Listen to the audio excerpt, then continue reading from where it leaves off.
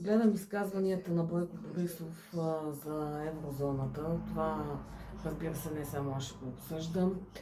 А, само знае да обвинява хората, като Слави Трифонов, като референдум, като Румен Радев и изобщо а, дори бих казала и българските граждани. Но си спомням също пандемията, когато беше, както много хора останаха без работа, включително и аз. Затвориха се заведения, обществени места и как ни съветваше да си спим вкъщи и как не получавахме никакви заплащания. Чак когато вече се отвори и беше разрешено, тогава получихме по някакви си кирливи 350 лева.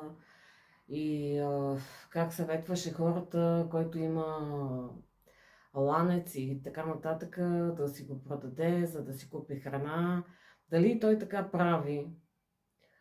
А, и това е човек, който въобще е неговото мнение. Не мисля, че 90% от българите ще го вземат под внимание. Относно референдума, аз съм за референдум. Не защото в България имаше референдум за първи път от Слави Трифонов. Защото хората трябва да се питат. Хората трябва да се питат, да се взима техното мнение. Значи за всяко нещо са виновни хората, а те не са виновни за нищо.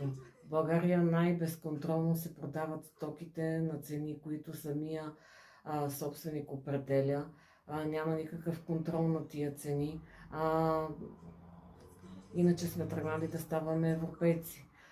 Следващата стъпка, която трябва да се предприеме, е да се продаде и българския речник, българската азбука.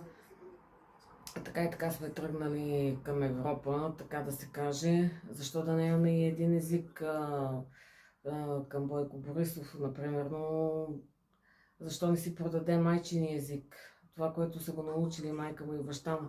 Защото виждам, че за него не знам кое е мило, но това трябва да му влее някакъв разум, нещо, надявам се нещо да има човешко в този човек.